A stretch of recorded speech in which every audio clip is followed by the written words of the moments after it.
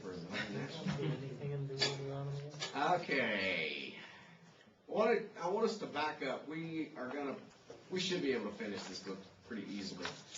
But I do want us to back up for just a minute. Let me start by asking you just an open question. What do you think would happen in America if there was a rediscovery of the law? If all of a sudden all the immorality, if suddenly Americans realize, wait a second, here's what God wants us to do, what do you think would happen?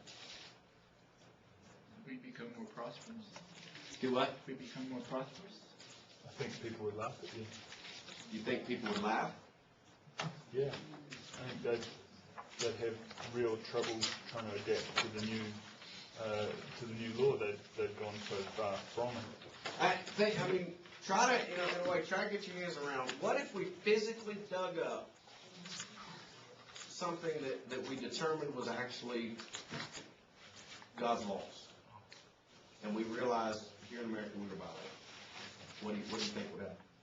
I kind of agree with Jared, just because we've got physical evidence in the Bible that shows the inspiration of the Bible, such as what we've mentioned, Job mentioned the earth is round and the sky is nothing, and the proof is there. We do have it. You're right. I don't know that people would, want to go any further to. So you don't think they'd change? I don't think they would. Okay.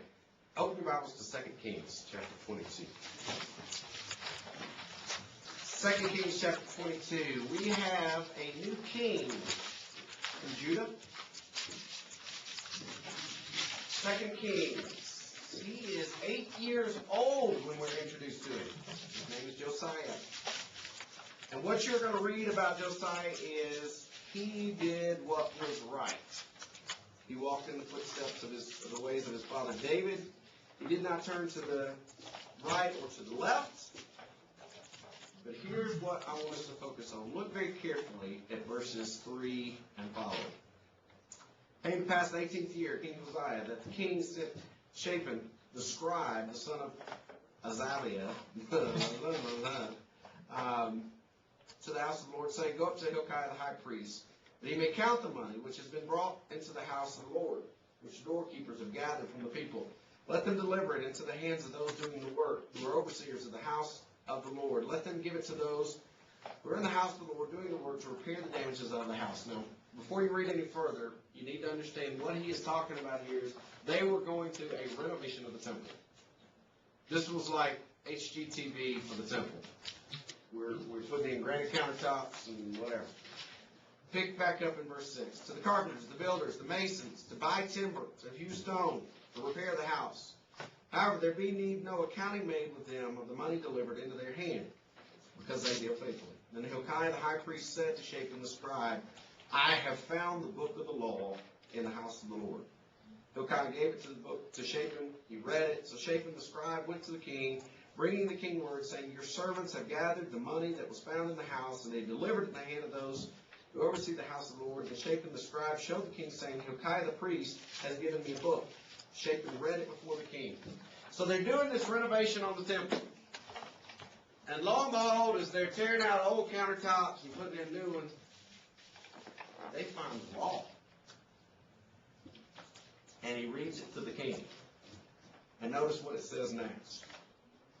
Now it happened when the king heard the words of the book of the law that he tore his clothes. First thing I want to point out, pretty much 99% of all biblical scholars who, if you look at this particular account, they are all in agreement with one thing. What he found here, they feel like is the book of Deuteronomy, the book of the law, the book that we're discussing. What did the king do? What's that a sign of? Morning. Major grief, guys. You didn't just tear your clothes just for fun. Tore his clothes. So you've got a king here. Now, I would point out, and hopefully you guys remember this, I I think part of the reason he tore his clothes is in the book of Deuteronomy, it gives commands. It mentions what the people are supposed to be doing, but it also mentions who is supposed to be doing. The king. It tells what the leaders are. And so here's Josiah. He's king. He's trying to do right. And lo and behold, somebody whips out the book of Deuteronomy and says, hey, we found this in the basement. Here's what it says. Oh, and by the way, you're violating all this part right here. You personally are violating all this part right here. Yeah. Did you say he's 8 years old at this point? No. Okay. Look carefully. It starts out in chapter 22. Now, Josiah was 8 years old when he became king. Mm-hmm. Now go back up to verse 3. Now it came to pass in the 18th year of King Josiah. So he's older. All right. So, what does Josiah do?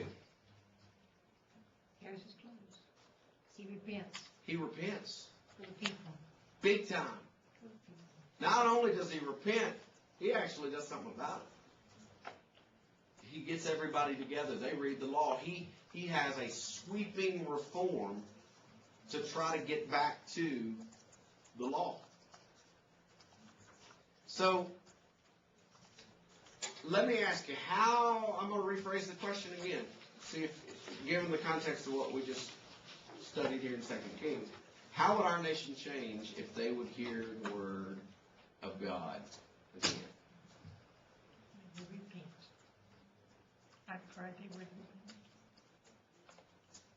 There'd be a lot of changes. I mean, if they were to hear the word of God and repent and obey it, I mean... You think about how many sweeping changes there would be. Just in this community, how many sweeping changes would there be?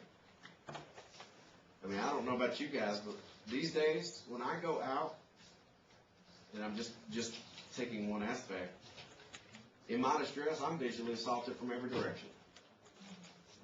Media, walk through the mall, even the models that have clothes on are scantily clad. It's pitiful. Yeah.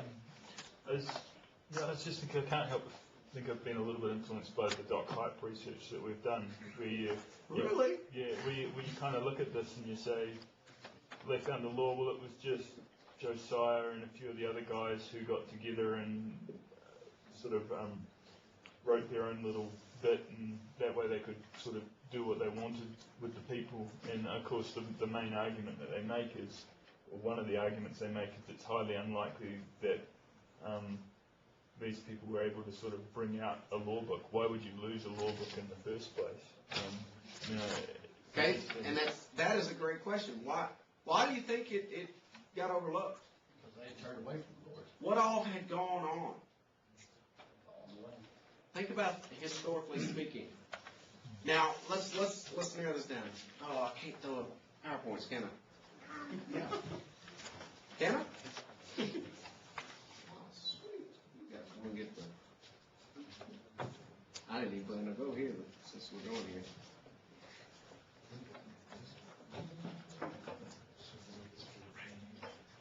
I suppose another thing, Brad, just thinking about it, is that Yep, I got it.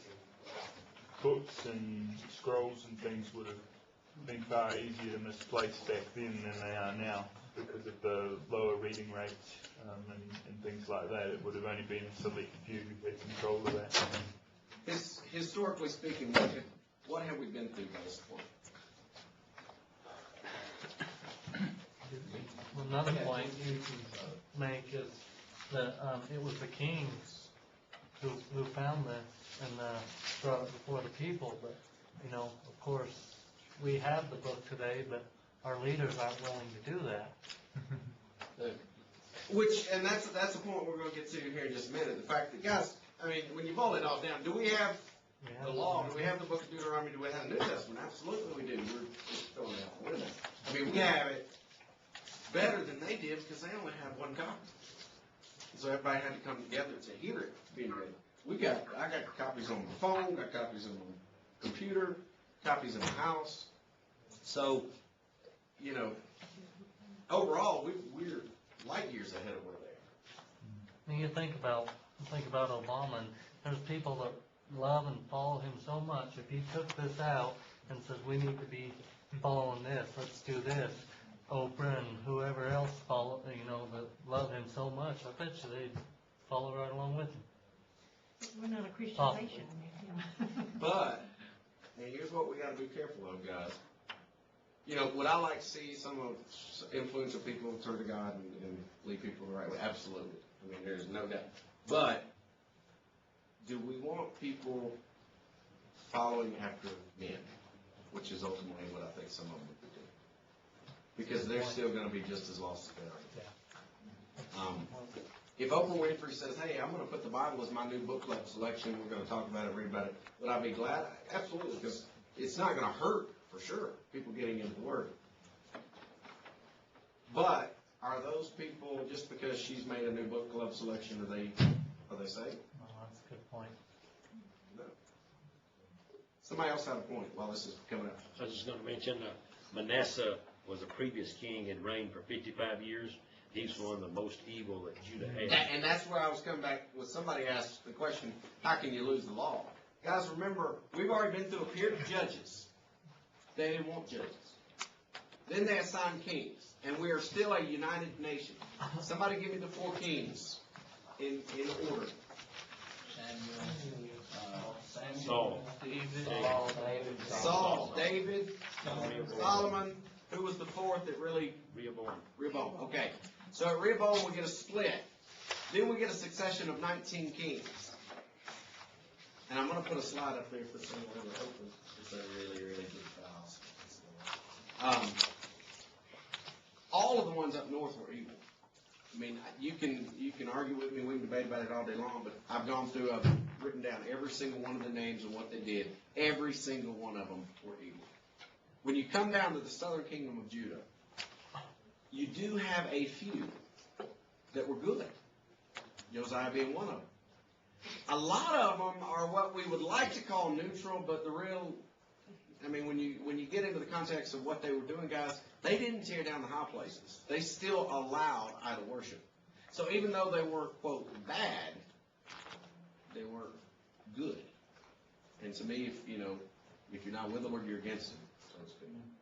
So you got Manasseh, one of the worst, had all kinds of abominations. Do you imagine in his 50 years of reign that he could allow some high places to be built, people worshiping Baal, et cetera, et cetera? Absolutely. And do you imagine that in 50 years you can have things that get stored? Absolutely. So, is it hard for me to think, okay, we have the promised land being taken over, we got the 10 Commandments, and then we got several hundred years later, we've got them having lost the law? Absolutely.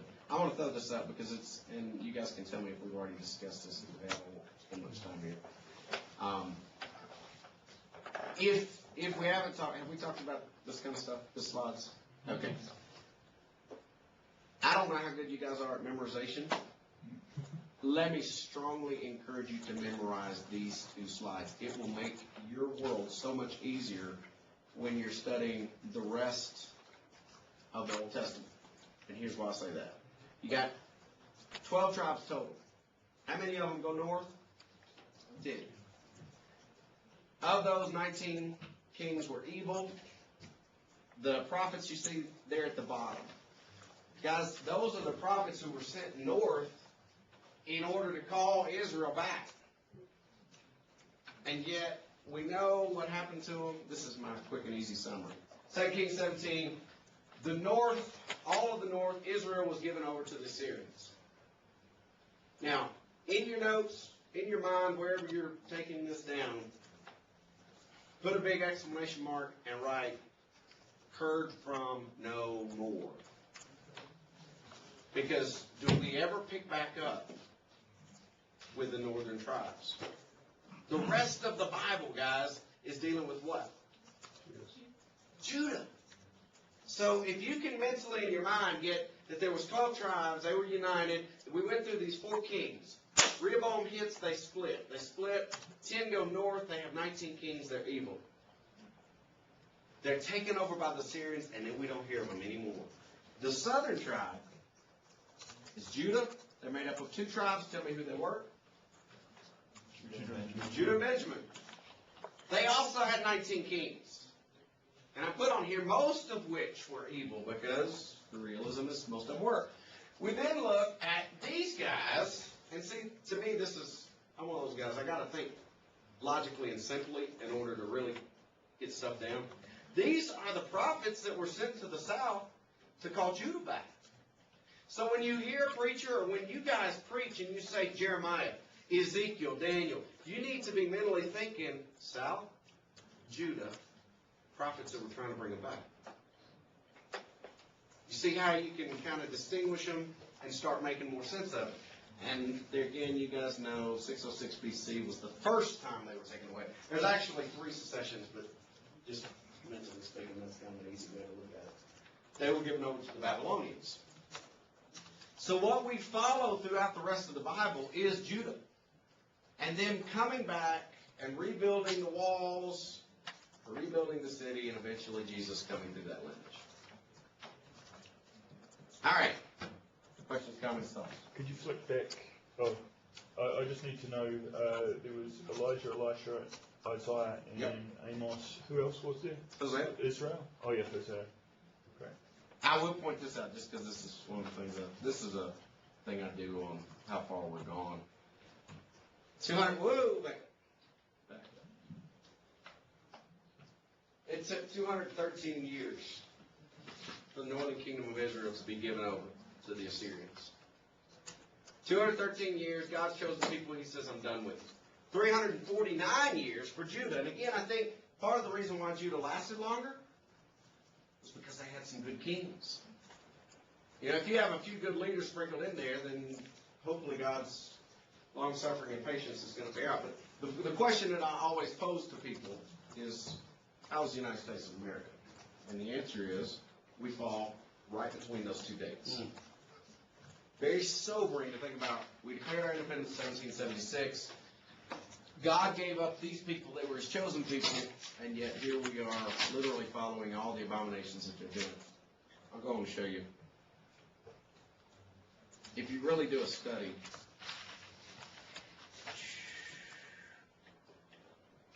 let me just fast forward through here, fast forward through here.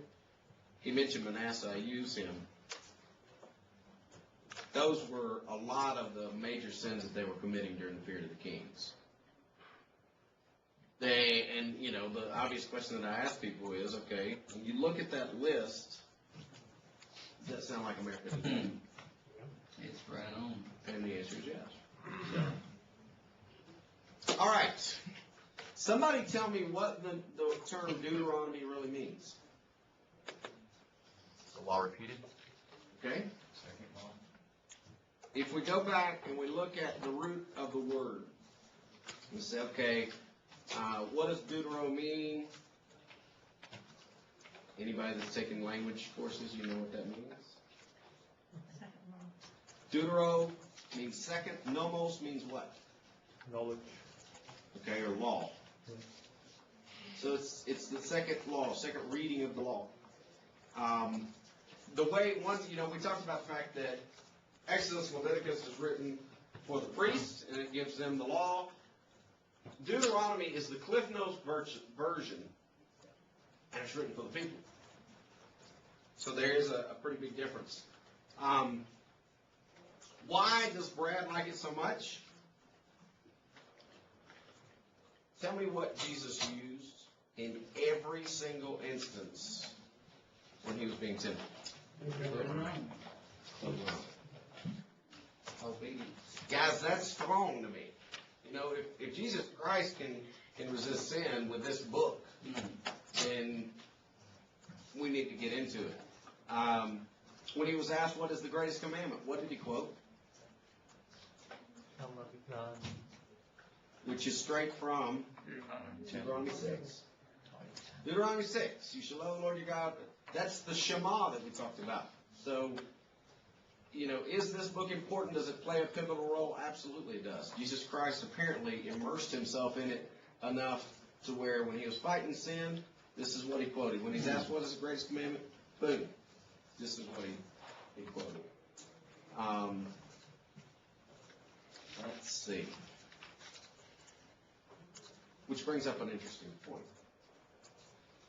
If that is the greatest commandment, and this, I'm probably fixing to blow y'all's mind, so just hold on. If I were to ask you, are you good people? What would you say? No. That's an honest answer. Straight up, I'll tell you right now. That's Living a bad life, man. That's an honest answer. What is the natural response we hear from people who have not obeyed the gospel? I'm a good person. I didn't kill anybody. You know, I hadn't raped anybody. Okay. What if I told every single one of you you were guilty of the greatest sin? How would that feel? We don't believe it because we're in the Bible, but someone who doesn't. Why can I say we're guilty of the greatest sin? So you've committed the least of these and you've committed the worst. Okay. Yes. Comes back to what we were just talking about. If there is a greatest commandment, there must also, by default, be a greatest transgression. What is the greatest commandment? Love God with heart, soul. What's the third one? Mind. Has everybody in this room loved God with all of your mind, all of the time? No. 24 hours a day, 7 days a week. So if that is the greatest commandment, not keeping that would be the greatest transgression. Which means we've all committed the biggest transgression. It's not something we like to think about, but, realistically, it's true. And that's part of why Deuteronomy is such an important thing. He is trying to get across, hey, folks, it's not necessarily about the law, it's about God. All of this is about God. You better love Him with all your heart, all your mind. You need to teach your kids about it.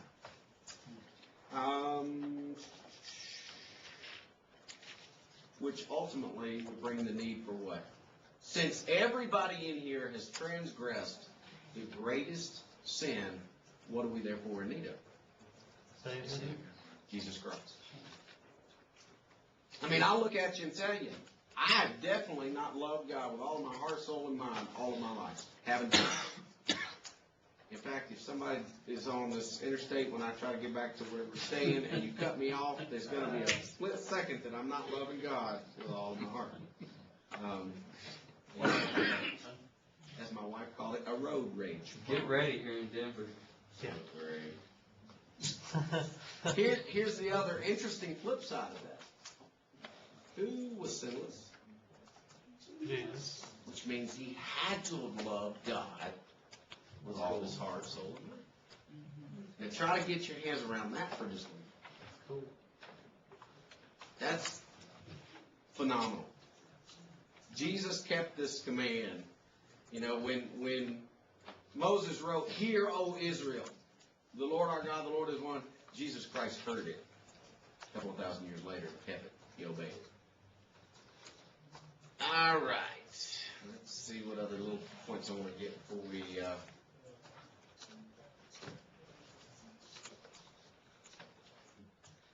I'll save that one for the test. What is it? Not going to teach us about it, and then you're going to put it on the test? Let's see.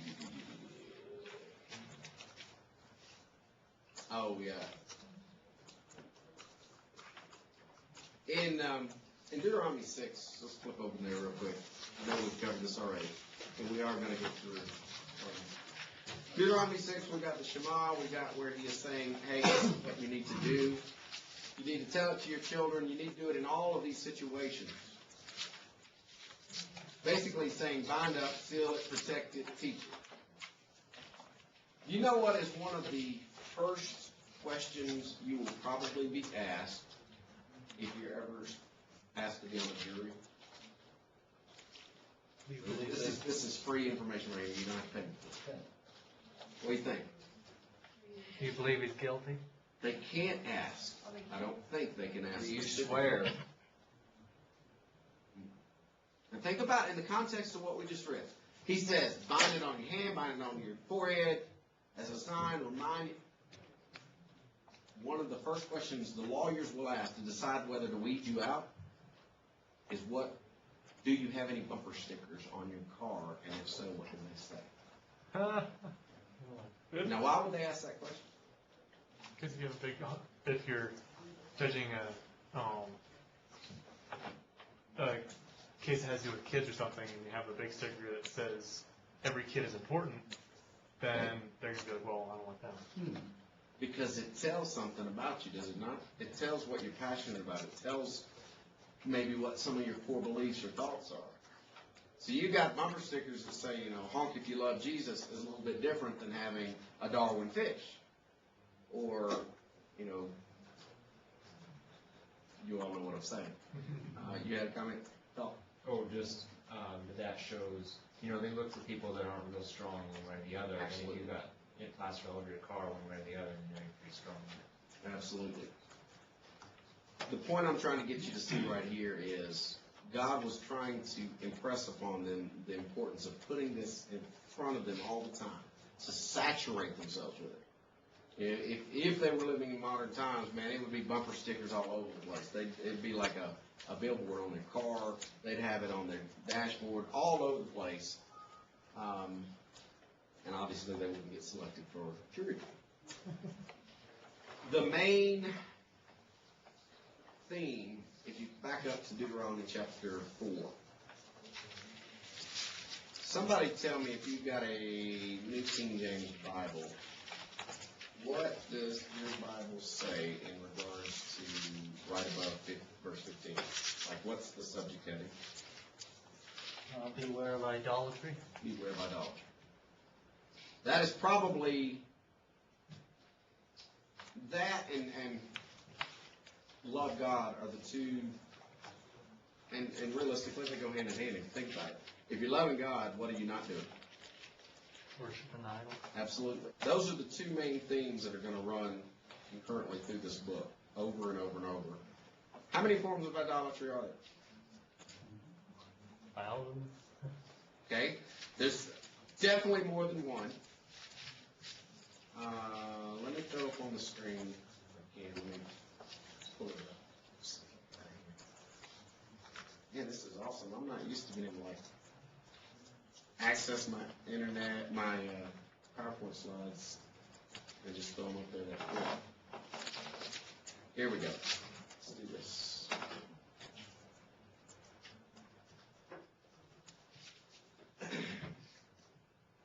Two forms I want you to be aware of. We touched on them briefly at least once. They are crude and refined.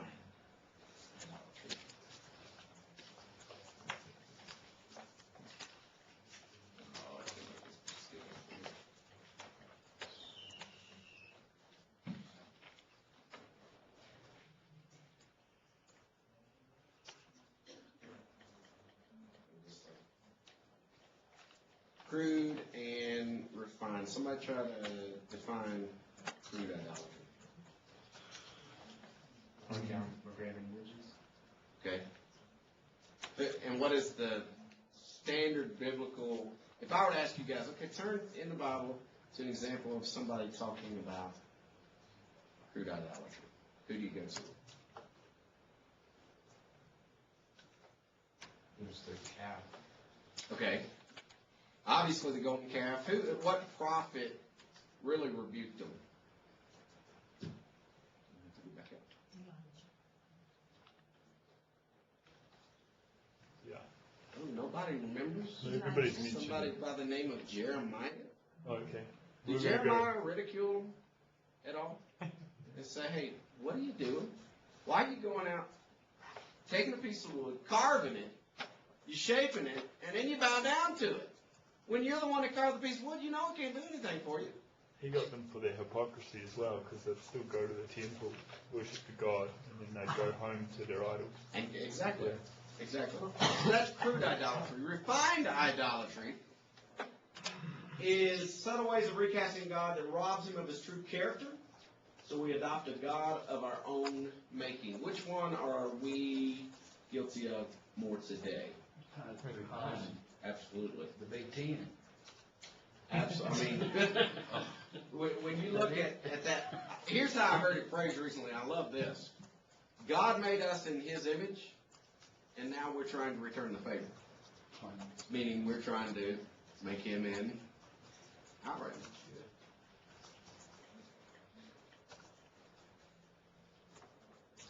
All right. Comments or questions before we move on? You may put that back up. Maybe for a moment. Thank you. No problem. Any thoughts, questions before we pick up where we left off? Can we get these slides, or can we pull, can we go? I can, Make them available? absolutely, yeah. In fact, I will try my hardest to make them available tonight. I'll put them out on y'all's site. Anything else? Comments, questions? Somebody tell me where we left off. There you go. Deuteronomy chapter 8. I've got through chapter 10. Move to Mark chapter 8, verse 14. In this Bible, let me see. I got two Bibles. This one right here is the one you want. This one's got the notes for the test. I may have taken. All right. I got chapter 8. I got 8 points. That's what I marked, 8:14. Okay. Yeah. Sweet. 8:14. All right, so let's pick up right there. What time do we break? 2:15. We got about. Sweet. Okay, we'll get a little bit behind us. Chapter 9. Moses, he reviews the fact that they've been rebellious. This is the kind of stuff, guys, if I'm in your shoes and I'm studying for a test, and I think, okay, Brad doesn't want specific details, he's a big picture guy, he wants us to be able to think and use logic and reason. You've already read pretty much most of chapter 9. You know what they've done. You know, we just talked about the fact that they offered a golden calf. What did Moses make them do to it? Melt it down and drink it. Okay, so we've already covered that. I don't need to bore you guys with that. Chapter 10, we got a second pair of tablets being made. So God says, all right, first off, why do you have to make a second pair? He got mad. Which, to me, that's pretty bold, man. If the finger of God had written out on stone His law, and I'm Moses, and I come down and I see people doing something, I think what I probably, and I don't know, I wasn't there, but I think I probably would have set those down very gingerly and picked up other stones and threw them at the people, because that's God. Look at verse 12. Now, Israel, what does the Lord your God require of you but to fear the Lord your God, to walk in all His ways, to love Him, to serve your God with all of your heart, with all of your soul. So here we're getting the beginnings of fear. Obviously, all throughout Psalms and Proverbs, we are told over and over again, the fear of the Lord is what? Beginning of wisdom. Verse 16, circumcise the foreskin of your hearts and be stiff-necked no longer. What's he saying there? Does your heart really have... Well, is he expecting you to do cardiac surgery? Quit trying to be someone you're not. Quit trying to act like you're acting like you're put on front. Like, basically, they were trying to be one way, but actually they were another little too loud. Okay. What else? The physical sign of the covenant that was on their bodies, they also needed to make sure was in their lives. Okay. How many of us in this room have, on past occasion, known what to do, but it hadn't penetrated in here? I mean, am I fair to say everybody? I mean, we know maybe what's expected, and maybe we can even do it. You know how many people go to Bible class, probably even in this building on Sunday morning, they know exactly the answers the teachers are looking for. They give them to them. Age 12, 13, 14, spit them out just like this. But how much of what they're regurgitating has actually gotten into here? He's saying, what you need to do is circumcise your heart. You need to open your heart and get this information that we're talking about there. Notice verse 18. He administers justice for the fatherless and the widow, loves the stranger, giving him food and clothing. Does that verse ring a bell to you at all? Mhm. Why? Said again in Matthew, whatever you do if you feed the hungry, clothe the naked, Okay. you do it unto me. If you do it the least of these, you've done it unto me. What else? Pure religion? Is undefiled, it's, James 1, James, yep. and it's visiting the... Widows. Widows and fatherless. Exactly. And keeping oneself unstained.